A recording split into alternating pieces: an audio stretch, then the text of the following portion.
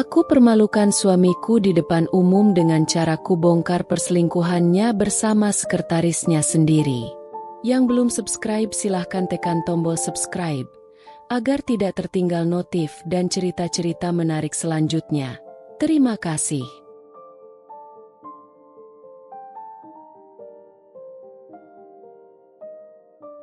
Aku, seorang wanita yang telah bekerja keras membangun bisnis dari nol, akhirnya mencapai puncak.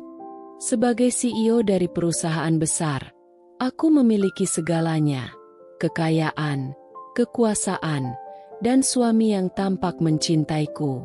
Aku berpikir hidupku sempurna, sampai suatu hari, dunia yang kubangun runtuh seketika. Malam itu, aku pulang lebih awal dari biasanya. Hujan turun deras, menutupi suara langkahku saat memasuki rumah. Lampu-lampu temaram, aroma lavender dari lilin yang biasa kunyalakan masih menyelimuti ruangan. Aku mendengar suara samar dari lantai atas, suara tawa yang tak asing, tetapi bercampur dengan sesuatu yang menusuk perasaanku. Langkahku terasa berat saat menaiki tangga. Setiap pijakan seakan mengantarku pada kebenaran yang paling kutakuti. Dan di sanalah mereka, suamiku dan wanita lain, tertawa, berbagi keintiman di tempat yang seharusnya menjadi milikku seorang. Adrian, suaraku hampir berbisik, namun cukup membuat mereka terkejut. Suamiku menoleh dengan wajah pucat, sementara wanita itu, seseorang yang kukenal, justru tersenyum tipis. Sayang, aku bisa jelaskan. Jelaskan. Aku tertawa pahit. Jelaskan apa, Adrian? Bahwa selama ini aku hanya alat bagimu? Bahwa semua cinta yang kau tunjukkan hanyalah sandiwara? Dia diam. Tak ada kata. Tak ada alasan yang cukup untuk membenarkan pengkhianatannya. Aku merasakan sesuatu hancur dalam diriku. Bukan hanya pernikahanku, tetapi juga kebanggaanku sebagai seorang wanita yang telah mengorbankan segalanya demi keluarga. Aku mundur selangkah, menahan air mata yang siap jatuh. Lalu, apa yang akan kau lakukan sekarang? Suara wanita itu memecah keheningan. Dia menatapku dengan tatapan menantang, seolah ingin melihat seberapa dalam luka yang dia torehkan. Aku menarik napas dalam, menenangkan diri di tengah badai yang mengamuk dalam dadaku. Aku akan melakukan apa yang selalu kulakukan. Suaraku dingin, penuh kepastian. Berdiri, bertahan, dan bangkit lebih kuat dari sebelumnya. Aku berbalik, meninggalkan mereka dengan keterkejutan di wajah mereka. Tidak ada teriakan, tidak ada air mata yang kubiarkan jatuh di hadapan mereka. Aku telah melalui lebih banyak badai dalam hidup, dan ini hanya satu lagi yang harus kutaklukkan. Malam itu, dunia yang kubangun runtuh. Tapi aku tahu, aku akan membangun yang baru, lebih kuat, lebih indah, tanpa orang-orang yang tak pantas ada di dalamnya. Aku selalu percaya bahwa hubungan kami kuat. Kami telah melalui begitu banyak hal bersama. Jatuh bangun membangun bisnis, menata masa depan, dan berdiri berdampingan dalam suka maupun duka. Adrian adalah pria yang selalu mendukungku, yang memelukku erat ketika aku merasa lelah, yang membuatku merasa dicintai di tengah dunia bisnis yang kejam. Tapi akhir-akhir ini, sesuatu telah berubah. Aku mencoba meyakinkan diriku bahwa aku hanya terlalu lelah, bahwa pikiranku sedang bermain-main denganku. Namun, semakin aku mencoba mengabaikannya, semakin jelas perbedaan dalam sikapnya.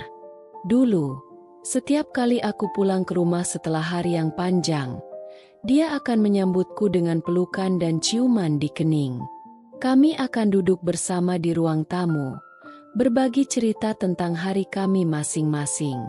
Aku akan bercerita tentang proyek besar yang sedang kutangani, Dan dia akan berbicara tentang pekerjaannya dengan penuh semangat. Tapi sekarang, rumah terasa lebih dingin. Adrian sering pulang larut malam, dan ketika dia akhirnya tiba, dia tampak lelah, bukan hanya secara fisik, tetapi juga emosional. Meeting mendadak, katanya ketika aku bertanya. Ada proyek baru, aku harus bertemu klien. Kata-kata itu selalu sama, terdengar begitu datar dan mekanis. Dulu, dia selalu berusaha menjelaskan panjang lebar agar aku mengerti. Tetapi sekarang, dia bahkan tidak berusaha. Seolah-olah dia tahu aku tidak akan bertanya lebih jauh. Aku mencoba mengabaikan kegelisahanku, tetapi kebiasaannya mulai berubah semakin jelas. Dia lebih sering membawa ponselnya kemana-mana. Dulu, dia selalu membiarkan ponselnya tergeletak begitu saja di meja atau di sofa. Tetapi sekarang, benda itu seperti perpanjangan tangannya. Bahkan saat ke kamar mandi, dia membawanya. Suatu malam, aku terbangun karena suara notifikasi ponselnya yang berbunyi di meja samping tempat tidur. Adrian tertidur pulas di sampingku. Nafasnya teratur, seolah tak menyimpan beban apapun. Aku menoleh ke arah layar ponselnya yang menyala, menampilkan pesan singkat yang membuat dadaku mencelos. Aku sudah tidak sabar bertemu lagi. Semalam sungguh luar biasa. Aku menatap layar itu dengan tangan gemetar. Jantungku berdebar kencang hingga terasa menyakitkan. Rasanya seperti ada sesuatu yang menekan dadaku begitu kuat hingga aku kesulitan bernapas. Aku menoleh ke arah Adrian yang masih terlelap di sampingku. Wajahnya tampak begitu tenang, begitu damai, seolah-olah dia sama sekali tidak merasa bersalah. Aku ingin membangunkannya saat itu juga, ingin mengonfrontasinya, ingin menuntut jawaban. Tapi aku tidak bisa. Tenggorokanku terasa tercekat, kakiku terasa berat. Aku hanya bisa duduk di sana, menatap layar ponselnya yang masih menyala, membiarkan kata-kata itu menari di pikiranku, menghancurkan sisa-sisa kepercayaan yang masih kumiliki. Saat akhirnya aku beranjak dari tempat tidur, air mata yang kutahan sejak tadi mulai jatuh perlahan. Aku melangkah keluar kamar, berjalan menuju balkon, membiarkan udara malam yang dingin menyapu wajahku. Hatiku berteriak, tetapi suaraku tidak bisa keluar. Aku menggenggam pagar balkon erat-erat, mencoba menenangkan diri, mencoba berpikir jernih. Aku ingin percaya bahwa ini hanya kesalahpahaman. Aku ingin percaya bahwa mungkin ada penjelasan logis di balik pesan itu. Tapi jauh di lubuk hatiku, aku tahu, ini bukan hanya imajinasiku. Ada sesuatu yang salah hari itu. Langit mendung, seolah alam semesta ikut merasakan kegelisahanku. Aku baru saja keluar dari kantor setelah rapat panjang yang melelahkan. Sejujurnya, pikiranku sudah dipenuhi dengan berbagai hal, target bisnis, proyek besar, dan tentu saja Adrian. Sikapnya yang semakin jauh, telepon yang selalu dijaga ketat, pulang larut malam dengan alasan yang mulai terdengar usang. Aku mencoba mengabaikan semuanya, mencoba meyakinkan diri bahwa aku hanya berpikir berlebihan. Tapi hari itu, untuk pertama kalinya, bukti nyata ada di depan mataku. Saat masuk ke dalam mobil Adrian, sesuatu menarik perhatianku. Di kursi penumpang, ada sebuah botol kecil parfum wanita. Botol kaca elegan dengan desain yang tidak asing bagiku, tapi bukan milikku. Aku memegangnya dengan tangan gemetar, mengangkatnya ke dekat hidung dan menghirup aromanya. Wangi melati yang lembut, sedikit manis, dan asing. Aku menelan ludah. Jantungku berdegup semakin kencang. Sejenak, pikiranku mencoba mencari-cari alasan. Mungkin ini milik rekan kerjanya? Mungkin seseorang menitipkannya, tapi logika tidak bisa menenangkan hatiku. Aku sudah terlalu sering berusaha menyangkal kecurigaanku, dan kini, benda kecil ini terasa seperti sebuah tamparan keras. Suara pintu mobil terbuka mengejutkanku. Adrian baru saja keluar dari sebuah kafe, tampak sibuk dengan ponselnya. Ketika dia melihatku di dalam mobilnya, dia sedikit terkejut. "Sayang, kenapa kamu di sini?" Tanyanya dengan nada setengah panik. Aku menatapnya, masih menggenggam botol parfum itu di tanganku. Perlahan, aku mengangkatnya ke arah wajahnya. "Ini apa?" tanyaku. Suaraku bergetar. Adrian terdiam. Sekilas, ekspresinya berubah. Matanya berkedip cepat. Bibirnya sedikit terbuka, seolah sedang menyusun jawaban. Tapi hanya dalam hitungan detik, dia tersenyum kecil, seakan-akan tidak ada yang perlu dikhawatirkan. "Oh, itu? Mungkin punya temanku yang naik mobil kemarin," jawabnya santai. Aku menatapnya lekat-lekat, mencari tanda kebohongan di wajahnya. "Teman?" ulangku pelan. Dia mengangguk, masih mempertahankan senyum tipisnya. "Iya, rekan kerja. Mungkin dia menjatuhkannya tanpa sadar." Aku ingin percaya. Aku ingin menerima jawaban itu begitu saja dan menghapus semua kecurigaan yang telah menghantuiku selama berminggu-minggu. Tapi sesuatu dalam nada suaranya, dalam tatapan matanya, terasa tidak benar. "Apa namanya?" tanyaku lagi. Suaraku lebih tajam kali ini. Adrian terlihat sedikit gelagapan. "Siapa?" "Temanmu, yang katanya menjatuhkan parfum ini." Dia tertawa kecil, tapi terdengar dipaksakan. "Kamu ini, sayang, kenapa jadi interogasi begini?" Dia mengulurkan tangan, mencoba mengambil parfum itu dari tanganku, tapi aku menariknya lebih dulu. "Jawab, Adrian," kataku tegas. Dia menatapku beberapa detik, lalu menghela napas panjang. "Aku nggak ingat," katanya akhirnya. "Aku kan sering antar rekan kerja. Bisa siapa saja." Jawaban itu tidak memuaskanku. Adrian bukan tipe orang yang pelupa. Dia selalu detail, selalu mengingat hal-hal kecil, kecuali jika dia memang sedang berusaha menutupi sesuatu. Aku menatap botol parfum itu sekali lagi, lalu meletakkannya di dashboard dengan pelan. Aku tidak ingin bertengkar di sini. Tidak sekarang. Tapi di dalam hatiku, aku tahu, ini bukan akhir. Ini hanya permulaan dari kebenaran yang lebih menyakitkan. Aku bukan wanita yang mudah menyerah. Aku membangun bisnis ini dari nol, melawan segala rintangan, menghadapi pengkhianatan dalam dunia bisnis, dan bertahan dalam persaingan yang kejam. Tapi aku tidak pernah menyangka bahwa pengkhianatan terburuk justru datang dari orang yang paling kucintai. Aku tahu ada sesuatu yang disembunyikan Adrian. Aku bisa merasakannya dalam cara dia berbicara, dalam setiap sentuhan yang terasa semakin asing, dan dalam sorot matanya yang dulu penuh cinta tetapi kini dipenuhi sesuatu yang lain, rasa bersalah, atau mungkin kebohongan. Aku tidak bisa terus duduk diam dan berharap semuanya akan membaik. Aku harus mencari tahu kebenarannya. Maka, aku memanggil orang yang paling kupercaya, Laras, asisten pribadiku yang telah bersamaku sejak awal aku merintis bisnis ini. Dia lebih dari sekadar asisten.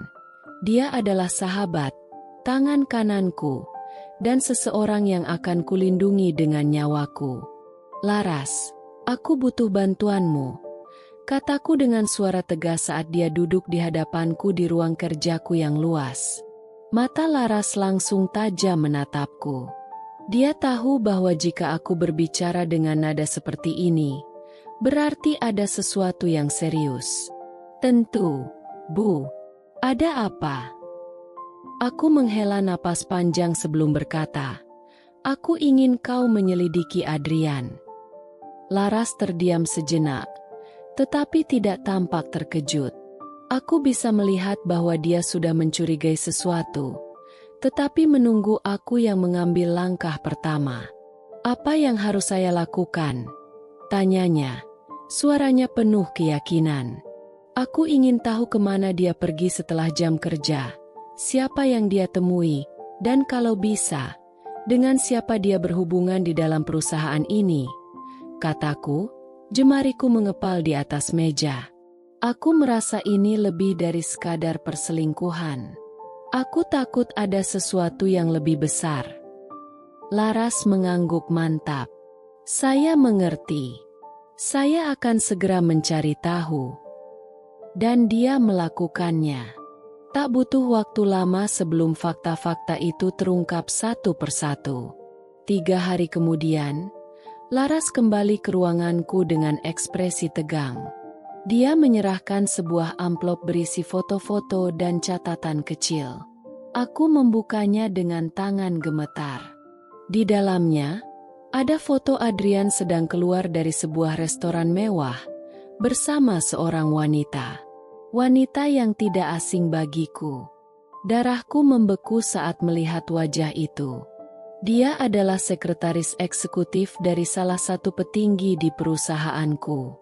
Seseorang yang sering hadir dalam rapat-rapat penting. Seseorang yang selalu terlihat sopan dan profesional di hadapanku. Tetapi kini aku melihatnya bergandengan tangan dengan suamiku. Namanya Nadine, Laras berkata pelan.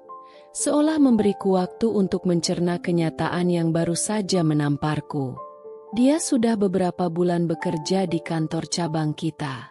Dan dari informasi yang saya dapat, dia dan Adrian sering bertemu diam-diam setelah jam kerja. Aku merasakan sesuatu menghantam dadaku dengan keras, seperti dihantam oleh palu raksasa. Jadi, dia berselingkuh dengan seseorang dari dalam perusahaanku sendiri. Suaraku terdengar dingin, tetapi ada kemarahan yang membara di dalamnya. Laras menatapku penuh simpati. Sepertinya begitu, Bu. Aku mengepalkan jemariku. Aku bisa menerima banyak hal. Aku bisa menerima persaingan bisnis yang keras, fitnah dari luar, bahkan tekanan yang luar biasa. Tapi dikhianati oleh suami yang kubantu dari nol? Dengan wanita yang bekerja di bawah perusahaanku sendiri? Itu penghinaan yang tidak bisa kuterima. Aku menarik napas dalam, mencoba meredam amarah yang bergejolak dalam dadaku. Tidak, aku tidak akan menyerang dengan emosi. Aku akan bermain dengan cara yang lebih halus. Aku ingin lebih banyak informasi. Kataku mantap. Aku ingin tahu apakah ini hanya sekadar perselingkuhan, atau ada sesuatu yang lebih dalam dari itu. Aku ingin tahu apakah Adrian hanya mengkhianati pernikahanku, atau dia juga mengkhianati perusahaanku. Laras mengangguk. Saya akan menyelidikinya lebih dalam, Bu. Aku menatap foto-foto di tanganku sekali lagi, membiarkan setiap gambarnya tertanam di benakku. Ini bukan hanya soal cinta yang dikhianati. Ini tentang harga diri. Dan aku berjanji pada diriku sendiri, aku tidak akan diam saja. Malam itu, aku duduk di ruang kerjaku, hanya ditemani cahaya redup dari lampu meja. Di tanganku, sebuah flash drive kecil tergeletak, seolah menantangku untuk membuka apa yang ada di dalamnya.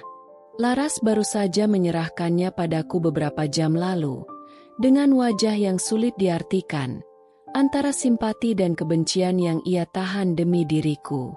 Ada sesuatu yang harus ibu lihat, katanya tadi, suaranya hati-hati.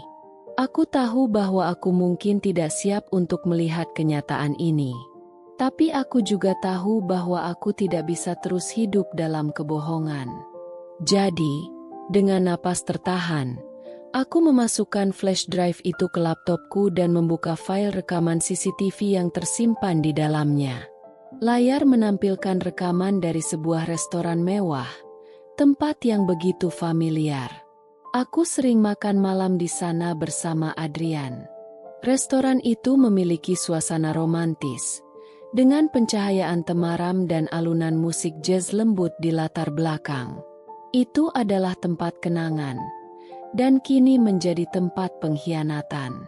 Aku menatap layar dengan mata nanar saat sosok suamiku muncul di rekaman. Adrian masuk ke dalam restoran dengan langkah santai, mengenakan kemeja putih yang digulung hingga siku, gaya favoritnya.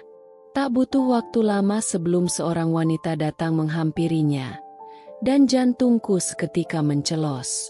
Nadine, wanita yang selama ini bekerja di bawah perusahaanku. Sekretaris pribadiku sendiri. Aku menyaksikan dengan mata kepala sendiri bagaimana mereka saling tersenyum. Bagaimana tatapan mata mereka berbicara lebih dari yang bisa diungkapkan kata-kata.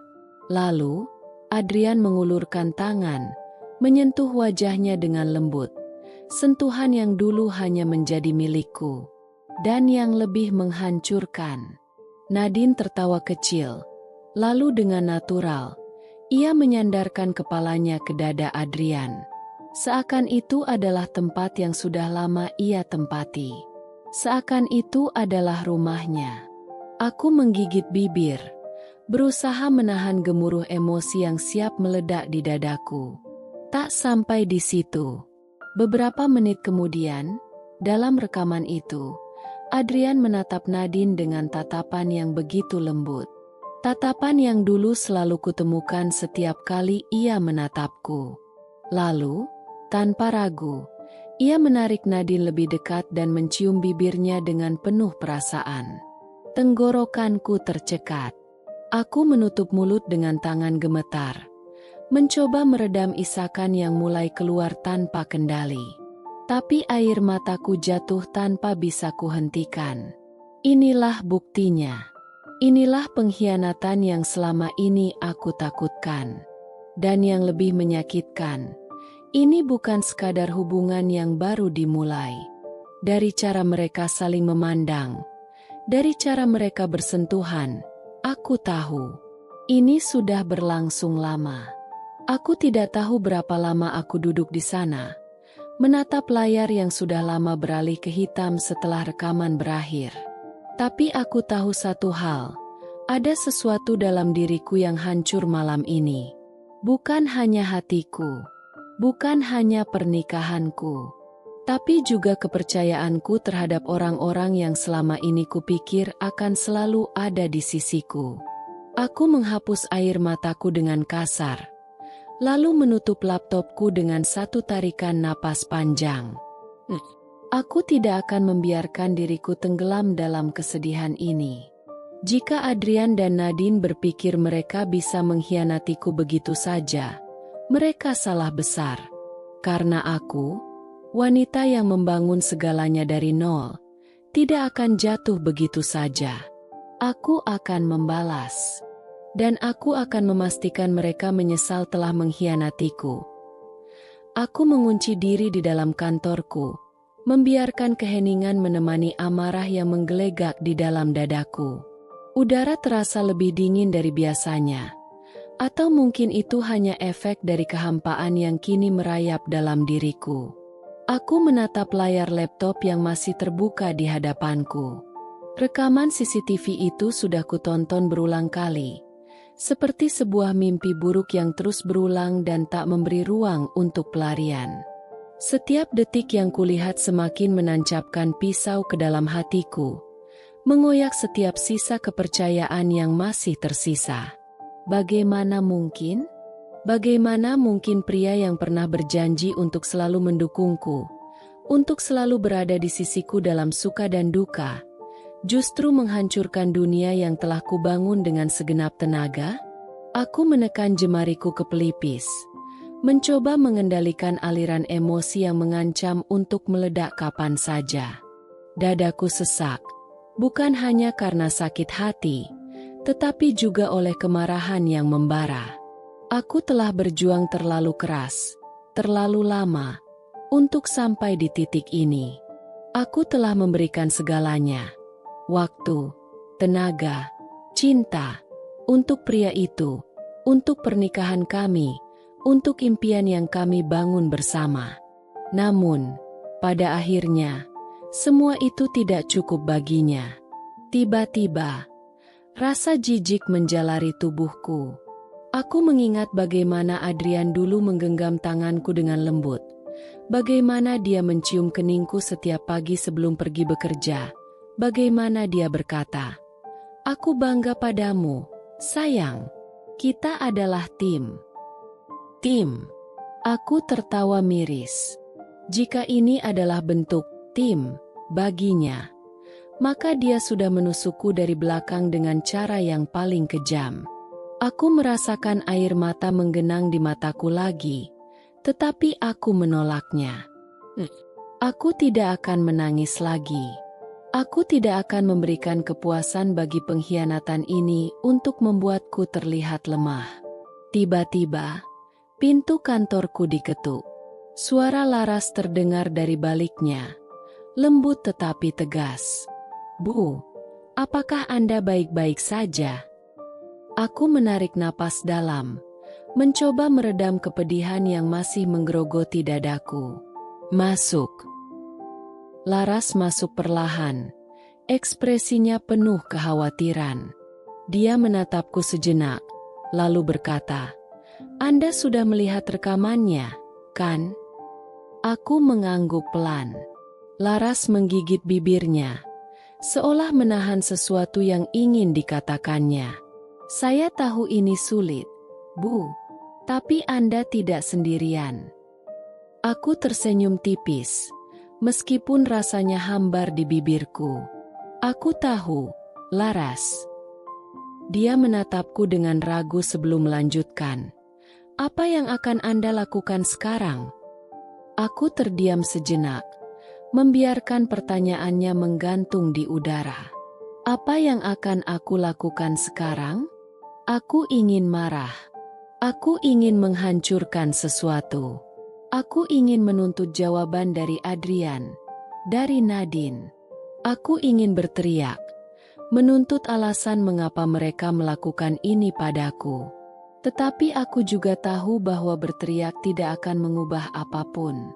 Aku menghela napas panjang, menatap keluar jendela kantorku yang menghadap ke kota yang gemerlap. Di luar sana, dunia tetap berjalan seperti biasa. Orang-orang masih menjalani hidup mereka, tidak peduli bahwa duniaku baru saja runtuh. Aku menoleh ke arah Laras.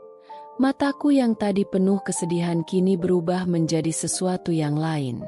Sesuatu yang lebih dingin, lebih tajam.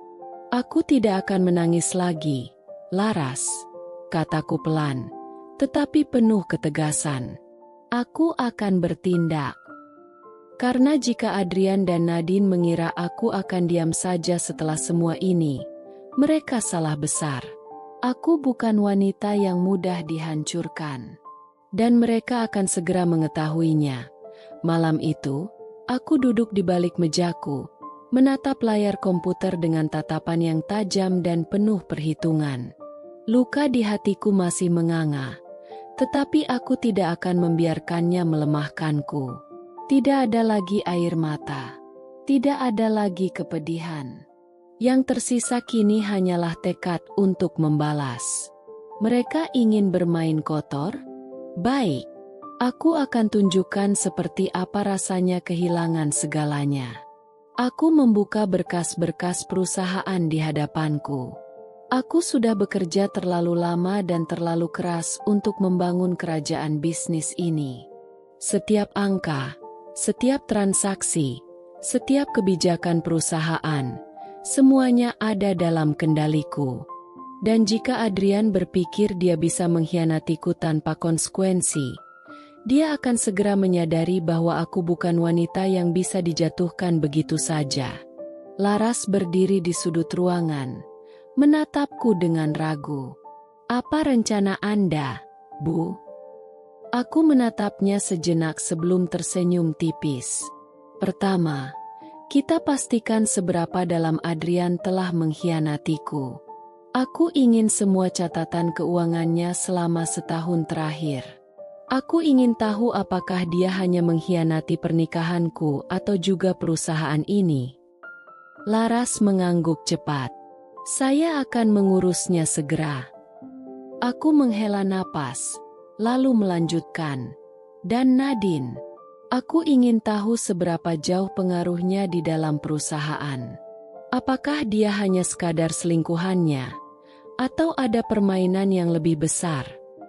Aku tidak ingin sekadar membalas dendam dengan amarah buta. Aku ingin menghancurkan mereka dengan presisi, dengan cara yang tidak bisa mereka sangkal atau lawan. Aku ingin memastikan bahwa ketika aku selesai, mereka tidak akan punya apa-apa lagi. Laras menatapku lekat-lekat, lalu berkata, Anda yakin ingin melakukan ini?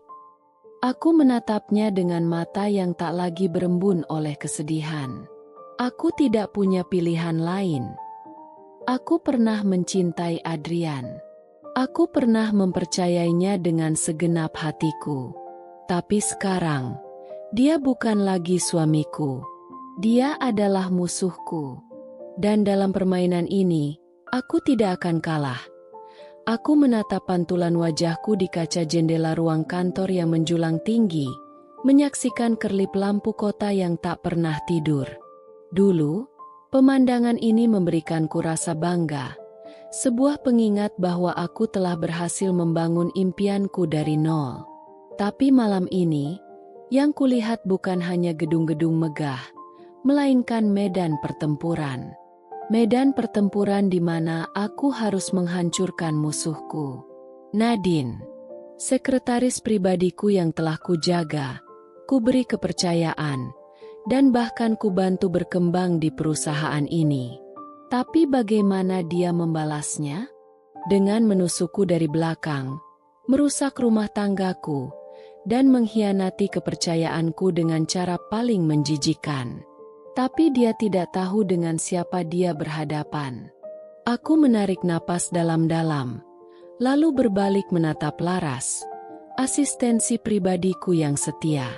Di matanya, ada kilatan ketegangan, tetapi juga kesetiaan yang tak tergoyahkan. Laras, kataku, suaraku tenang tapi penuh perhitungan. Ya, Bu. Aku berjalan ke mejaku, mengambil satu set berkas yang telah kususun dengan sempurna. Aku ingin Nadine terlibat dalam proyek keuangan baru. Proyek besar, penuh dengan detail yang kompleks. Aku ingin dia menangani langsung semua transaksi masuk dan keluar. Laras mengernyit. Anda ingin dia bertanggung jawab atas dokumen-dokumen keuangan? Aku mengangguk. Bukan sembarang dokumen.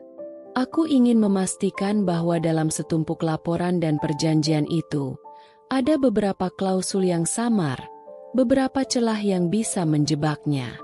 Jika dia tidak membaca dengan teliti, dan aku yakin dia tidak akan, maka dia akan bertanggung jawab atas penyimpangan keuangan dalam proyek ini.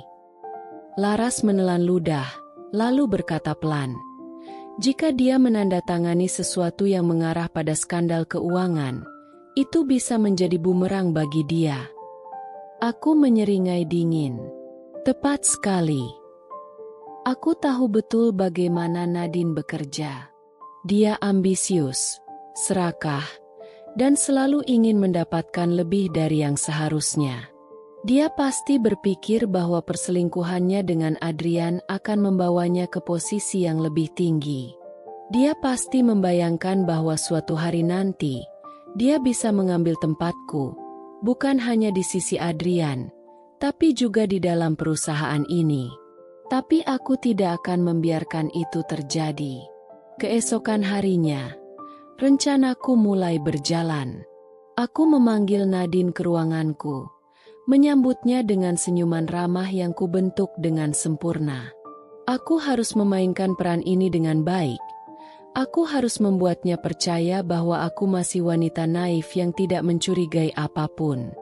Nadine, duduklah, kataku lembut. Dia menurut, meskipun ada sedikit kegugupan di matanya. Bagus. Setidaknya dia masih memiliki insting yang memperingatkannya bahwa sesuatu tidak beres. Aku ingin berbicara tentang perkembangan kariermu di perusahaan ini. Lanjutku, menyusun nada suaraku dengan hati-hati. Kau telah bekerja keras, dan aku pikir sudah waktunya kau mendapatkan tanggung jawab yang lebih besar. Mata Nadine berbinar. Aku bisa melihat bagaimana keserakahan dengan cepat mengalahkan rasa gugupnya. Terima kasih, Bu. Saya sangat menghargai kesempatan ini. Aku mengambil setumpuk dokumen yang sudah kusiapkan dan meletakkannya di hadapannya. Aku ingin kau menangani proyek keuangan baru ini. Nilainya cukup besar dan membutuhkan seseorang yang teliti serta bisa dipercaya. Kata bisa dipercaya keluar dari mulutku seperti racun. Tetapi Nadine terlalu sibuk dengan euforia barunya untuk menyadarinya. Saya siap, Bu. Saya akan memastikan semuanya berjalan lancar, katanya dengan percaya diri. Aku tersenyum tipis. Bagus.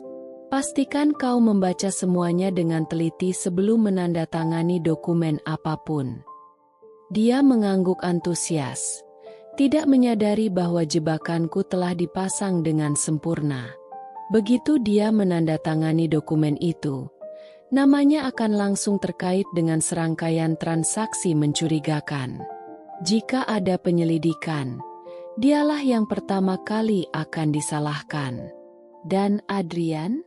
Jika dia mencoba menyelamatkannya, itu hanya akan membuktikan bahwa mereka memang memiliki hubungan lebih dari sekadar profesional.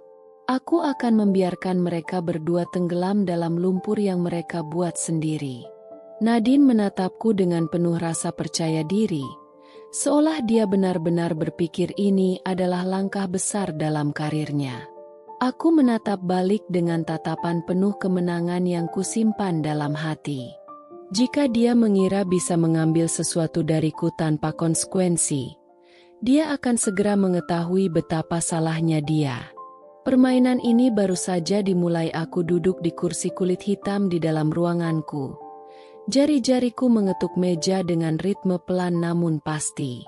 Dalam kepalaku, roda-roda rencana terus berputar, menyusun kehancuran bagi pria yang dulu kusebut suami. Adrian. Pria yang dulu kucintai, pria yang bersumpah akan selalu ada di sampingku, kini berubah menjadi pengkhianat yang tega menusuk dari belakang. Dia mengira bisa berselingkuh dengan sekretarisku dan tetap melanjutkan hidupnya seolah tak terjadi apa-apa. Dia lupa dengan siapa dia berurusan. Aku telah membangun bisnis ini dari nol, dengan darah, keringat, dan air mata. Aku tahu setiap celah, setiap kontrak, setiap bagian dari perusahaan ini lebih baik dari siapapun, termasuk dirinya. Dan jika Adrian berpikir bahwa dia bisa berjalan begitu saja setelah mengkhianatiku, aku akan memastikan bahwa dia merasakan bagaimana rasanya kehilangan segalanya. Aku memanggil Laras, asistensi pribadiku yang setia. Begitu dia masuk, aku menatapnya dengan tajam. Sudah kau siapkan semuanya? Laras mengangguk cepat. Ya, Bu. Kami telah mengamandemen beberapa kontrak bisnis yang berkaitan dengan Adrian. Secara legal, semua terlihat biasa saja, tapi dalam beberapa bulan ke depan, semua yang ia kelola akan mulai berantakan. Aku menarik napas dalam. Ini bukan sekadar balas dendam. Ini adalah keadilan yang kuambil dengan tanganku sendiri. Aku ingin dia tidak menyadari ini sampai semuanya terlambat, kataku pelan. Mataku menatap tajam layar komputer yang menampilkan laporan keuangan. Aku ingin dia merasa aman, percaya diri, hingga tiba-tiba, semuanya runtuh di sekelilingnya. Laras menelan ludah. Dan jika dia mencari bantuan? Aku tersenyum dingin. Siapa yang akan membantunya? Nadine? Dia sendiri akan sibuk menghadapi jebakan yang sudah kita siapkan. Adrian akan berdiri sendirian, menyaksikan bisnisnya tenggelam tanpa bisa berbuat apa-apa. Aku membayangkan wajahnya saat menyadari bahwa semua yang ia bangun perlahan-lahan hancur. Bagaimana ia akan mencoba melawan, mencoba mencari penyebabnya, hanya untuk menemukan bahwa semua sudah terlambat. Aku ingin melihat ekspresi paniknya saat menyadari bahwa setiap kesepakatan yang ia buat, setiap keputusan yang ia ambil, telah dimanipulasi olehku dari balik layar. Aku ingin melihatnya terpuruk, persis seperti yang dia lakukan padaku. Beberapa minggu kemudian, tanda-tanda awal kehancurannya mulai terlihat. Adrian pulang dengan wajah kusut, dasinya longgar, dan matanya menunjukkan kelelahan yang luar biasa. Aku duduk di sofa, menyesap segelas anggur merah sambil berpura-pura tak peduli. "Kenapa kau terlihat kacau?" tanyaku dengan suara yang sengaja kubuat terdengar santai. Dia menghela napas panjang, mengusap wajahnya dengan frustasi. Ada yang tidak beres dengan bisnis. Kontrak yang seharusnya menguntungkan tiba-tiba berubah. Investor mulai menarik diri. Aku tidak tahu apa yang terjadi. Aku menatapnya, berpura-pura prihatin. "Oh, mungkin seseorang menjebakmu." Dia menggeleng, tidak menyadari ironi dari kata-kataku. Aku tidak tahu. Aku harus mencari solusinya sebelum semuanya semakin buruk. Aku tersenyum dalam hati. Tidak ada solusi, Adrian. Karena sejak awal, aku yang merancang kehancuranmu. Dan aku akan menikmati setiap detiknya. Aku duduk di ruanganku, menikmati secangkir kopi yang masih mengepul. Dari lantai tertinggi gedung ini, aku bisa melihat kota yang telah menjadi saksi bisu perjuanganku selama bertahun-tahun. Tapi hari ini, aku tidak memikirkan bisnisku atau kesuksesan yang telah kuraih. Hari ini, aku menunggu sesuatu yang lebih memuaskan. Kehancuran mereka. Telepon di mejaku berdering. Aku mengangkatnya dengan tenang. "Bu, Anda harus melihat ini." Suara Laras terdengar penuh ketegangan, tetapi ada nada puas yang tersembunyi di baliknya. Aku beranjak dari kursiku dan berjalan ke ruang rapat, di mana layar besar sudah menampilkan siaran berita langsung. Di layar, wajah Nadine terpampang jelas. Wajah yang dulu selalu terlihat percaya diri, kini pucat pasi. Sekretaris eksekutif dari salah satu perusahaan ternama diduga terlibat dalam skandal korupsi setelah ditemukan bukti bahwa ia menyalahgunakan dana perusahaan dalam beberapa proyek. Sumber terpercaya mengungkapkan bahwa bukti-bukti ini mengarah langsung padanya, meskipun hingga kini belum ada pernyataan resmi dari pihak perusahaan. Aku menyandarkan diri ke kursi dengan ekspresi puas. Akhirnya, bisikku pelan. Laras berdiri di sampingku. Matanya tetap tertuju pada layar. Dia tidak punya jalan keluar. Semua dokumen yang dia tanda tangani mengarah padanya. Dewan direksi sudah setuju untuk segera memecatnya. Dan begitu ini sampai ke tangan media, reputasinya habis. Aku tersenyum kecil. Bagaimana reaksinya? Laras mengeluarkan ponselnya dan menunjukkan rekaman CCTV yang diambil dari ruang direksi beberapa jam lalu. Di dalam video itu, Nadine berdiri dengan wajah panik, matanya penuh air mata. "Tidak mungkin. Aku dijebak. Aku hanya menandatangani dokumen yang diberikan padaku. Aku tidak tahu ini ilegal." Ketua Dewan Direksi menatapnya dengan dingin. "Ketidaktahuan bukan alasan. Semua yang terjadi ada di bawah tanggung jawabmu. dan perusahaan tidak bisa menanggung risiko lebih lama. Mulai hari ini, kau dipecat, dan kami akan menyerahkan ini ke pihak berwenang jika diperlukan. Nadine terisak. Tangannya gemetar saat meraih ponselnya. Mungkin ingin menghubungi seseorang yang bisa menyelamatkannya. Aku tahu persis siapa yang ada di pikirannya. Adrian. Aku menoleh ke Laras. Adrian. Laras mengangguk. Dia mulai panik. Bisnisnya sudah diambang kehancuran. Dan sekarang skandal ini menyeret namanya juga. Beberapa investor sudah menarik diri, dan bank mulai mempertanyakan keuangan mereka. Aku menahan senyum. Suamiku pasti berpikir bahwa setidaknya dia masih bisa mengandalkan Nadine. Tapi sekarang, Nadine bukan lagi seorang sekretaris cerdas yang penuh percaya diri. Dia adalah seorang wanita yang kehilangan segalanya. Dan satu-satunya tempat untuk berpaling adalah kepada pria yang juga sedang kehilangan segalanya. Aku bisa membayangkan bagaimana mereka berdua saat ini, duduk dalam kepanikan, saling menyalahkan, tanpa tahu bagaimana cara keluar dari neraka yang mereka ciptakan sendiri. Bagaimana kalau kita beri mereka sedikit waktu? Kataku pelan, menyesap kopi yang sudah mulai mendingin.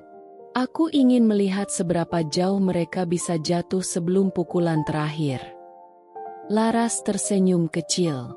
Seperti yang Anda katakan, Bu, permainan ini baru saja dimulai. Dan aku siap untuk memberikan pukulan terakhir yang akan menghancurkan mereka sepenuhnya. Hari yang kutunggu akhirnya tiba. Aku duduk di ruanganku dengan tenang, mengamati layar komputer yang menampilkan berita terbaru. Wajah Adrian terpampang di sana, bukan sebagai pengusaha sukses, bukan sebagai pria berkarisma yang dulu kukagumi, melainkan sebagai pria yang sedang terpuruk, kehilangan segalanya. Mantan eksekutif perusahaan ternama mengalami krisis keuangan setelah serangkaian skandal yang mengguncang bisnisnya. Investor menarik diri, proyek-proyek gagal, dan kini ia menghadapi ancaman kebangkrutan. Beberapa sumber mengungkapkan bahwa situasi ini disebabkan oleh kesalahan manajerial yang fatal, termasuk kepercayaan buta kepada orang-orang yang salah. Orang-orang yang salah. Aku tertawa kecil. Tidak, Adrian, kau tidak mempercayai orang yang salah. Kau mengkhianati orang yang seharusnya paling bisa kau percaya. Aku. Pintu ruanganku terbuka dengan keras. Adrian berdiri di sana. Wajahnya penuh kemarahan dan keputusasaan. Matanya merah, dasinya berantakan, dan untuk pertama kalinya, dia terlihat seperti pria yang kalah. Apa yang kau lakukan? Suaranya gemetar, campuran antara marah dan panik. Aku hanya tersenyum tipis, menautkan jemariku di atas meja. Melakukan apa yang seharusnya kulakukan sejak awal. Aku kehilangan segalanya, teriaknya. Bisnisku hancur. Nadine, dia tak bisa berbuat apa-apa. Aku mengangkat tangan, menyuruhnya diam. Aku tidak tertarik mendengar ceritamu, Adrian. Aku sudah terlalu lelah mendengar kebohonganmu, janji-janji kosongmu, dan pengkhianatanmu. Dia menatapku dengan napas tersengal, lalu pandangannya tertuju pada map di atas meja.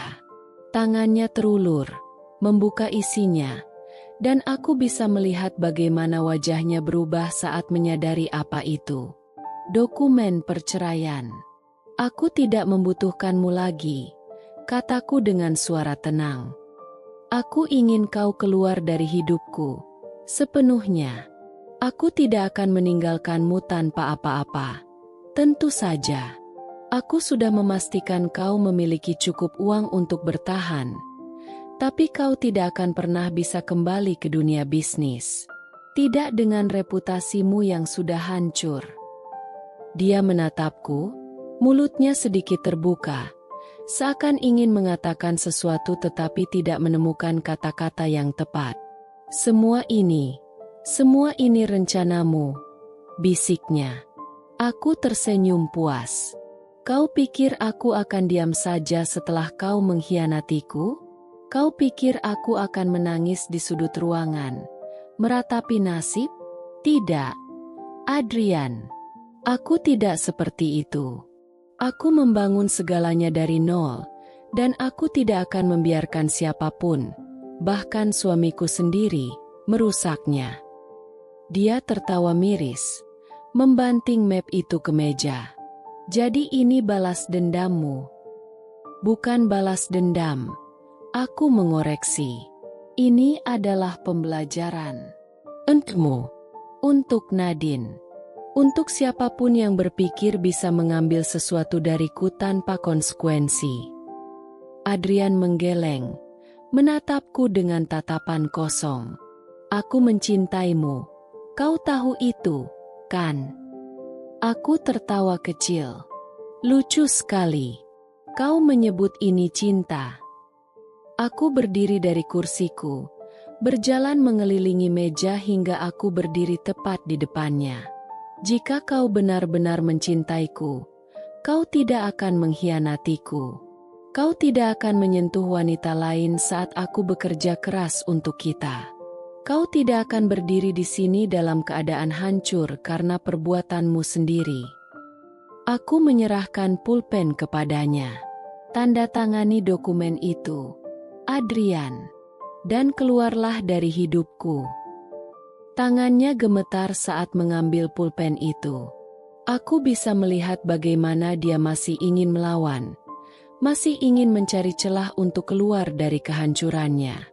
Tapi dia tahu bahwa kali ini tidak ada jalan keluar. Dengan gerakan perlahan, dia menandatangani namanya di atas kertas. Begitu selesai, aku mengambil kembali dokumen itu dan memasukkannya ke dalam map. Sekarang, kau bebas, kataku. Bebas untuk hidup dengan konsekuensi dari pilihanmu sendiri. Adrian menatapku sekali lagi, seakan mencoba mencari sisa-sisa perasaan dalam diriku. Tapi dia tidak akan menemukannya. Aku sudah selesai dengannya. Tanpa sepatah kata lagi, dia berbalik dan berjalan keluar dari ruanganku. Begitu pintu tertutup, aku menarik napas panjang, membiarkan udara memenuhi paru-paruku. Aku melirik keluar jendela, ke kota yang tetap berdiri, tak peduli dengan drama yang terjadi di dalam gedung ini. Aku telah kehilangan seorang suami, tapi aku mendapatkan kembali sesuatu yang lebih berharga. Diriku sendiri. Malam itu hujan turun deras. Langit seakan menangis. Tapi aku tidak. Tidak lagi. Aku baru saja menyelesaikan pertemuan dengan dewan direksi ketika ponselku bergetar. Nomor yang dulu kuhafal di luar kepala kini terasa asing di layar. Aku menghela napas. Aku tahu dia akan datang, cepat atau lambat. Dan aku benar. Saat aku keluar dari gedung kantor, sosoknya berdiri di sana. Basah kuyup, rambutnya berantakan. Jas yang dulu selalu rapi kini tampak kusut. Dia bukan lagi pria yang kukenal. Bukan lagi Adrian yang penuh percaya diri, yang berjalan dengan kepala tegak seakan dunia ada di genggamannya. Mungkin kata-katanya akan meluluhkanku. Mungkin aku akan berpikir ulang, memberi dia kesempatan kedua. Tapi wanita yang berdiri di sini malam ini bukan lagi wanita yang sama seperti dulu. Aku melangkah mendekat. Cukup dekat hingga aku bisa melihat dengan jelas kesedihan di matanya. Kau tahu apa yang paling menyakitkan, Adrian? Bisikku pelan. Bukan karena kau selingkuh. Bukan karena kau menghancurkan kepercayaan yang kuberikan padamu. Dia diam, menunggu kata-kataku dengan napas tertahan. Aku paling terluka karena aku pernah berpikir bahwa kau adalah satu-satunya orang di dunia ini yang tidak akan menyakitiku. Aku bisa melihat bagaimana kata-kata itu menghantamnya lebih keras daripada pukulan apapun. Rahangnya menegang, matanya berkedip cepat, seakan mencoba menahan sesuatu yang ingin keluar. Tapi aku belajar sesuatu dari semua ini, lanjutku. Tidak ada yang benar-benar bisa diandalkan selain diriku sendiri. Aku mengeluarkan amplop dari dalam tasku dan menyodorkannya padanya. Ini adalah transfer terakhir yang akan kau dapatkan dariku. Setelah ini, aku tidak ingin lagi ada hubungan antara kita. Aku sudah memberimu lebih dari cukup. Lebih dari yang pantas kau terima. Dia menatap amplop itu, lalu menatapku lagi. Aku tidak butuh uangmu. Aku butuh kau. Aku tersenyum kecil, kali ini tanpa kepahitan. Sayangnya, Adrian, kau membuang aku jauh sebelum kau menyadarinya. Aku melangkah pergi, membuka pintu mobilku, tapi sebelum masuk, aku menoleh sekali lagi. Semoga hidup barumu menyenangkan. Lalu aku masuk ke dalam mobil dan menutup pintunya. Di luar, aku bisa melihatnya berdiri diam di bawah hujan. Tapi aku tidak akan menengok ke belakang lagi. Tidak kali ini. Tidak pernah lagi. Dunia tak lagi mengenal Adrian sebagai sosok yang berkuasa. Nama yang dulu disegani di dunia bisnis kini hanya menjadi bahan cibiran. Perusahaan-perusahaan besar yang dulu berebut bekerja sama dengannya kini menutup pintu rapat-rapat. Tidak ada undangan pertemuan, tidak ada konferensi bisnis, tidak ada kemewahan yang dulu selalu mengelilinginya. Aku membaca berita pagi itu, sebuah artikel tentang kebangkrutan perusahaannya. Mantan eksekutif terkemuka akhirnya jatuh ke titik nadir setelah gagal mempertahankan bisnisnya. Skandal yang mengguncang perusahaan menjadi pukulan terakhir yang membuatnya tersingkir dari dunia bisnis. Beberapa sumber menyebutkan bahwa ia telah menjual asetnya satu persatu untuk bertahan hidup. Aku menyesap kopiku, menikmati ironi yang begitu sempurna. Suamiku, pria yang dulu merasa tak tersentuh, kini benar-benar kehilangan segalanya. Dan yang lebih menyedihkan, dia sendirian. Aku menutup artikel itu dan mengalihkan pandanganku keluar jendela. Di kejauhan, aku bisa melihat gedung tempat aku membangun impianku dari nol. Aku tersenyum tipis. Aku masih berdiri tegak di sini, lebih kuat dari sebelumnya. Tapi Adrian, dia jatuh. Dan jatuh sendirian. Aku sempat mendengar bahwa Nadine meninggalkannya segera setelah skandal mencuat. Wanita itu dengan cepat berpaling pada pria lain. Seseorang yang bisa memberinya stabilitas, keamanan, dan kekayaan yang Adrian tak lagi miliki. Lucu sekali. Pria yang rela mengkhianatiku demi wanita lain kini merasakan bagaimana rasanya dikhianati. Aku bisa membayangkan bagaimana ia duduk di sebuah apartemen kecil, jauh dari kemewahan yang dulu ia nikmati, dengan segelas minuman di tangan, bertanya-tanya di mana letak kesalahannya. Bertanya-tanya apakah ada jalan untuk kembali. Tapi tidak ada. Tidak ada jalan kembali bagi orang-orang seperti dia. Aku menaruh cangkir kopi ke meja dan menarik napas panjang. Tidak ada rasa kasihan. Tidak ada penyesalan. Hanya ada kelegaan. Akhirnya, aku bebas. Bebas dari pengkhianatan, dari manipulasi, dari luka yang pernah ia berikan. Dan aku tahu satu hal dengan pasti, dalam permainan ini, aku adalah pemenangnya. Langkahku menggema di lorong panjang, diiringi bisikan-bisikan penuh kekaguman dari para eksekutif yang berbaris di sisi ruangan. Mereka menatapku dengan hormat, beberapa dengan kekaguman yang tak mereka sembunyikan. Aku tahu, mereka melihatku bukan hanya sebagai seorang CEO, tetapi sebagai seorang pemenang. Aku baru saja keluar dari ruang rapat setelah mengamankan kesepakatan bisnis terbesar sepanjang karierku. Kesepakatan yang akan membawa perusahaanku ke tingkat yang lebih tinggi, menjadikannya lebih berkuasa dari sebelumnya. Dan aku melakukannya sendiri, tanpa suami yang mengkhianatiku, tanpa sekretaris yang menusukku dari belakang, tanpa siapapun yang mencoba menjatuhkanku. Aku adalah pusat dari semua ini. Aku membangun impianku dari nol, dan aku mengambilnya kembali dengan tanganku sendiri.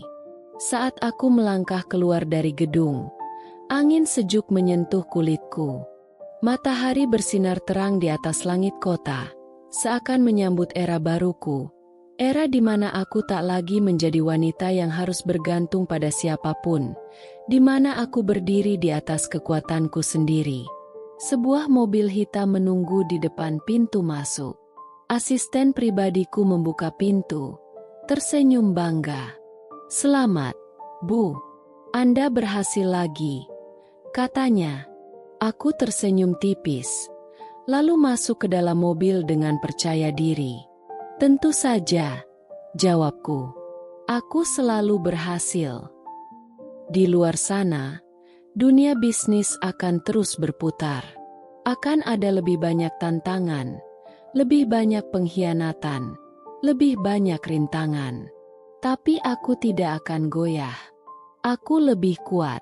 Aku lebih cerdas. Aku lebih berharga dari yang pernah mereka bayangkan. Dan ini bukan akhir dari kisahku. Ini baru permulaan. Dulu, aku berpikir bahwa kebahagiaan sejati datang dari memiliki segalanya. Cinta, keluarga, dan kesuksesan. Aku percaya bahwa selama aku bekerja keras, mencintai dengan tulus, dan memberikan yang terbaik, dunia akan memperlakukanku dengan adil. Tapi hidup memberiku pelajaran pahit. Pengkhianatan menghancurkanku. Cinta yang kubangun dengan kepercayaan runtuh di hadapanku. Aku kehilangan seseorang yang dulu kupikir adalah bagian dari diriku. Namun, di saat aku terjatuh, aku menyadari sesuatu yang jauh lebih penting. Aku tidak pernah benar-benar kehilangan apapun. Sebaliknya, aku menemukan sesuatu yang jauh lebih berharga. Diriku sendiri. Aku bukan wanita yang bisa dihancurkan oleh pria manapun. Aku bukan seseorang yang akan larut dalam kesedihan dan meratapi nasib. Aku adalah wanita yang bangkit dari luka, yang menjadikan pengkhianatan sebagai bahan bakar untuk menjadi lebih kuat. Kini, aku berdiri tegak, bukan sebagai seseorang yang dikhianati, tapi sebagai seseorang yang menang. Dan aku tahu, tidak ada lagi yang bisa menghancurkanku. Tidak hari ini, tidak besok, tidak pernah lagi.